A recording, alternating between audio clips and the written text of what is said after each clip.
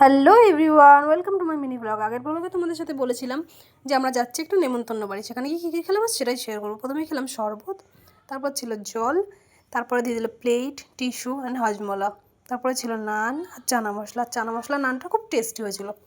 তারপরে চলে এলো বিরিয়ানি গরম গরম। আর বিরিয়ানি নিয়ে তো কোনো কথাই হবে না গাইস, বিরিয়ানি কার না ফেভারিট বলো। একটু মাংস আর আলু দিয়ে বিরিয়ানি খেতে অসাম। আমি তো জাস্ট কিছু বলতেই পারছি না, এডিট করতে করতে আমার মুখে জল চলে আসছে। তারপর ছিল স্যালাড, আর তারপরে এই যে এমনভাবে চাটনি খাচ্ছে এরা দুজনে যেন কোনোদিনও খায়নি, ফার্স্ট টাইম চাটনি খাচ্ছে চেটে চেটে।